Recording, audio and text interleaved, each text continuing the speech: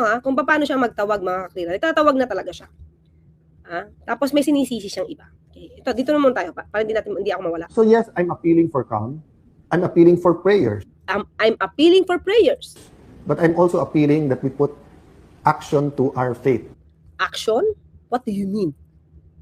Sa mga tao, anong inaapila mo? Kumilos? I will do what I can. I will go to the Senate before 10 o'clock. Bakit? I will do... Bakit ngayon lang? 2 days kang actually 3 days. Ang ginawa niya, instead of 3 days siya pumasok, 3 days siya nag-video ngayon. Nag-live. What I can para buksan yung session hall at nandun po ang hearing natin. Pero how can you do that? You're not anymore the Senate President. You do not have any command. Ito'y base sa decision, mga klip. Pinakita ko sa inyo, base ito sa decision, di ba, ng Cuenco, Abilino versus Cuenco. Kung wala kayo dito mga klip kanina, yung second video natin, live stream, nandun po, pinaliwanag po natin na yung ousted na Senate President, ang number na lang niya ay 9, or rather 11, at yung acting Senate President na hinalal, na may quorum na 12, ayon sa Abilino versus Cuenco, ay kinilala ng Supreme Court. Dahil ang pagkuha ng liderato ay naaayon daw sa gusto ng majority. So, it would be injudicious kung iaalaw nila na yung ousted Senate President na 11 na lang ang suporta, ang mananaig, kumpara doon sa may 12 na suporta. So, paano? Maliwanag naman yung decision ng Supreme Court sa Abilino versus Cuenco. So, saan humuhugot si Senator Alan ng kanyang lakas ng loob na sabihin siya pa yung Senate President? My authority... Mga klira, ako yung nagbabase lang sa decision. Kung maka-counter naman niya with another decision ng Supreme Court, titignan po natin. Basta ito lang po yung pinagbasihan. Authority now comes from the Constitution, but my strength will... Kasi nga, siguro ito sabi niya, hindi siya mawawala as Senate President. Kasi under the Constitution, dapat 13. Yun siguro yung tanong kanina, kasi 1949. Iba naman yung Constitution. Pero mga clear, may quorum. So, ang gusto niya palabasin dito mga clear, kasi wala pa kayong 13. Diba? So, hindi pa ako mapapalitan. Diba? Pero hindi naman siya pinapalitan eh. Tinanggal siya. Tinanggal siya nung quorum. Nung may quorum. Diba? Hindi lang siya majority of the quorum. Quorum siya mismo 12. Diba? So, ang hugot niya ngayon dito, mga clear, ay Constitution. Dahil sa Constitution, sabi, dapat 13. Diba? Dapat 13 bago makapaghalal ng, tingnan natin, alam po. Wait. Sige. Yusek, may tanong lang po ako. With this political division in the Senate, sa tingin niyo po, need na baguhin ang rules ng Senate? Sa ngayon, mga clear, rules are rules. Diba? Katulad nung pag-boycott niya, may rules, diba? Na dapat may consultation muna sa majority leader and minority leader. Kailangan bang baguhin yun? Hindi. Ngayon, binabago nila. Gusto na mangyari, dapat may online. Hindi naman ma-justify, ba't kailangan may online na voting? So, tingin natin mga clear, hindi naman kailangan baguhin yung rules. Ang dapat baguhin yung attitude ng mga leaders. No, yung attitude ng mga leaders natin. Dapat marunong lang silang sumunod sa rules. Diba? Hindi pwede dapat parang kapituko. Mahirap yun. Okay? Tinanap pala yung provision mga clear. Ito pala yung sabi niya. Okay, sabi niya dito. Tingnan lang natin yung ngayon ko lang nakita mga clear. Yung opinion ni Senator Loren. So sabi niya, since the Senate, this as she cited, sabi niya, 16-1, since the Senate is composed of 24 senators, that majority is 13. Saan na yun? The Senate shall elect its president by a majority vote of all its respective members. Kaya nga, shall elect. Wala pa naman inelect. Walang inelect. Di ba mga clear? Elect ito. So, pag iibahin ba natin yung word na inaus ka, tapos walang inelect. Declared vacant yung position, pero walang inelect. Kasi election, pwedeng majority vote. Pero wala naman sinabi, the Senate shall oust its president by a majority vote of all its respective members. Meron ba? Elect lang, di ba? Wala naman sila ine-elect na president. Acting lang. 'Di ba? Acting Senate President lang. Di ba? In-appoint lang siya. Nag-take oath siya. 'Di ba? So magbabago na naman diyan. Clear din naman, the Senate shall elect its president by a majority vote of all its respective members. Ano sabi nila? Hindi kami pwedeng mag-elect kasi dapat kailangan 13. Ito. Pero ang pag-oust, 'di ba? May quorum. Hindi pa lamang naihahalal si Senator Sherwin Gatchalian bilang bagong Senate President dahil kailangan pa ng 13 boto sa ilalim ng konstitusyon na yan po. Pero ito ang malinaw at mahalaga ngayon.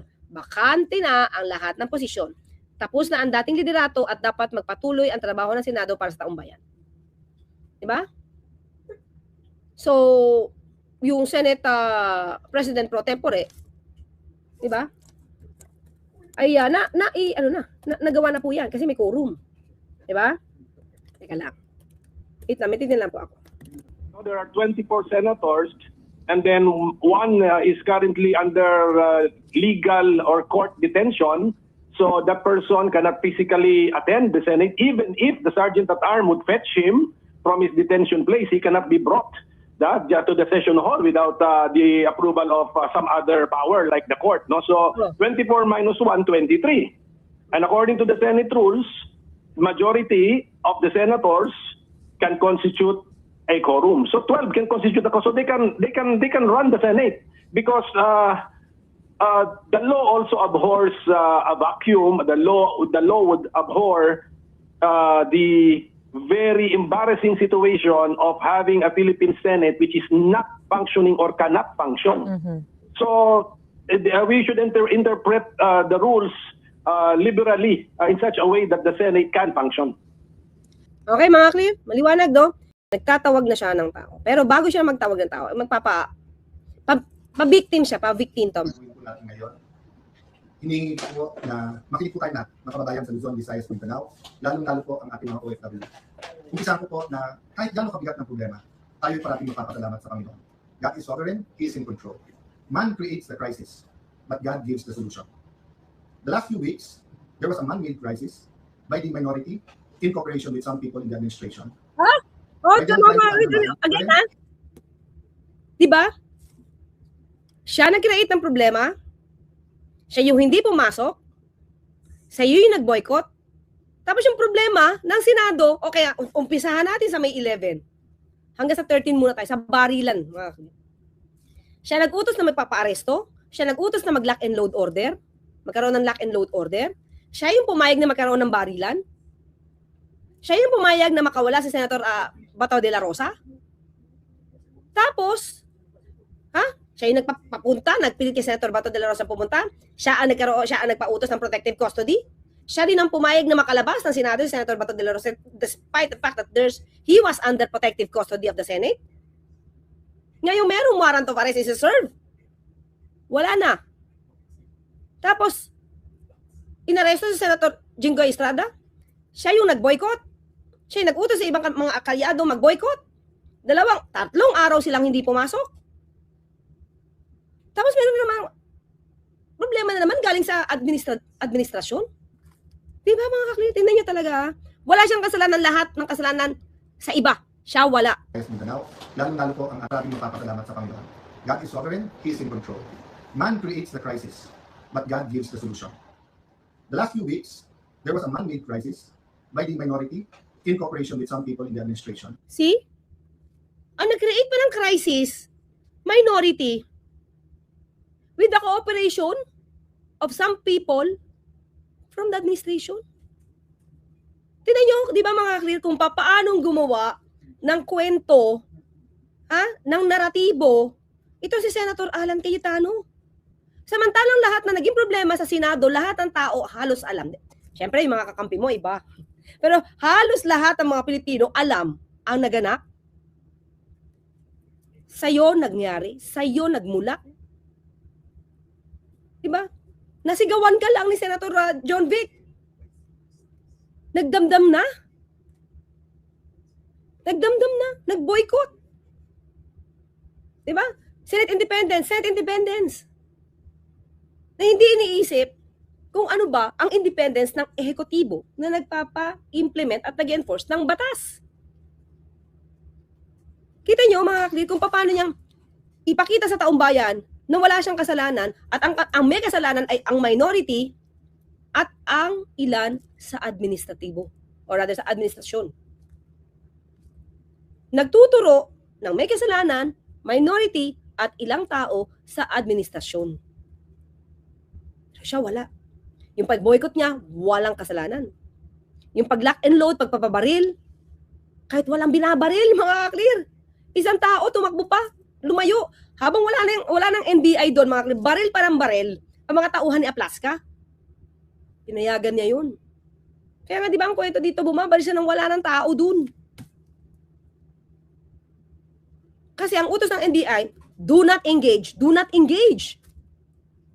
Tapos lahat ng problema sa Senado at ingay, ituturo sa minority at sa administrasyon. Wow! Ano sabi ni ano? Ulit nga, wait lang. Ha? Eto. Kaya tuloy na pagsasabihan siya, mga kaklear. Ha? Kaya na pagsasabihan siya. Ha? Ito. Ha? Talagang magtuturo ng iba. Kaya itong sabi, mga kaklear, oh. Sa sobrang kapal ng mukha. Di tayo sabi niyan, binabasa lang natin ha. Sa sobrang kapal ho ng mukha niya. Ayaw niya mag-attend. 2 days na. Nagsasuffer po yung taong bayan. Pero, mga kaklear, di niya yan naakuin. Kayo ang may kasalanan. Kayo ang nanggugulo. Kayo ang nagdala ng krisis. Yan siya. Okay, let's go back. By them trying to undermine the leadership of the Senate at pinapalabas na magulo ang Senado. Ay, hindi ba? Hindi pala magulo, mga kaklear. Kaya pala siya nag-boycott, hindi naman pala magulo. Pero mas mabigat po ang usapin natin ngayon. Bakit po?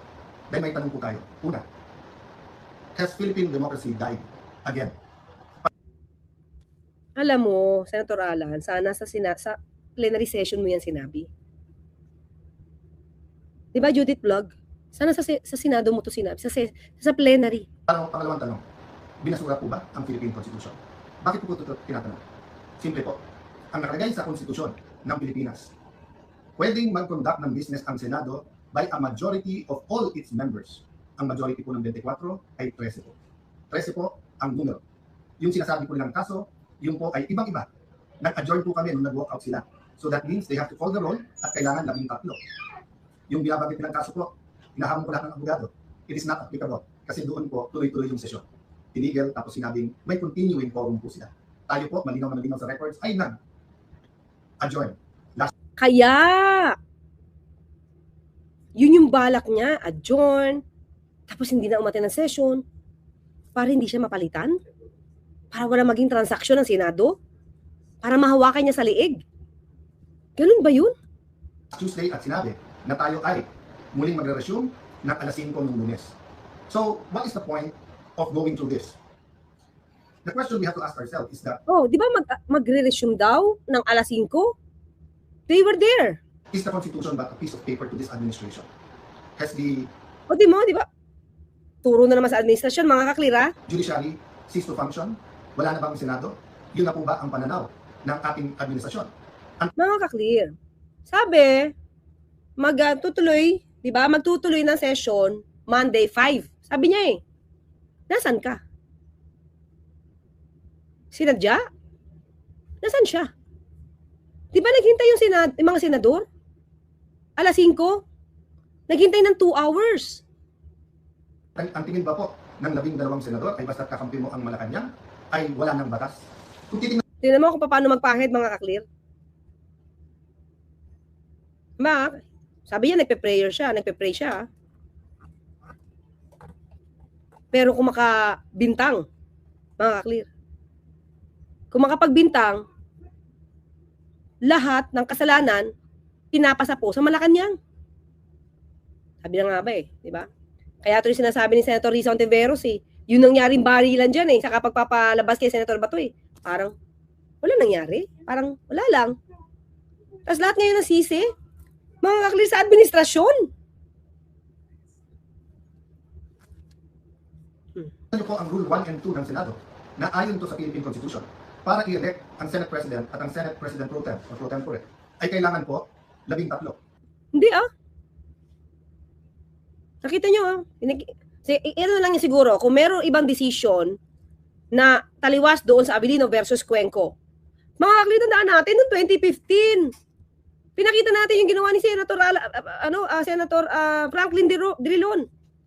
12 ang quorum. Actually, hindi nga quorum Out of 17, hindi binilang yung mga absent, yung wala, yung beyond coercive reach ng Senado, hindi binilang sa recognized base number to create or declare a quorum. 17 lang, tinanggal yung 7. Kaya yung 12, pumasok sa quorum. So, paano yun? 2015 yun, mga kaklear. O, 1987 Constitution na yun, O, paano? 2015 yun, In-apply pa rin nila Senator Drilon. Yung Cuenco versus Abilino versus Cuenco. That's 2015. So paano po nila alisin si Senator Loren Legarda kung 12 lang po sila? Diba, mga kaklear? Halos pareho siya ng laman. All members, sabi nga ng Supreme Court, hindi naman lahat ng all members. Diba? Dapat yung active. Dapat hindi yung those beyond Senate's coercive reach.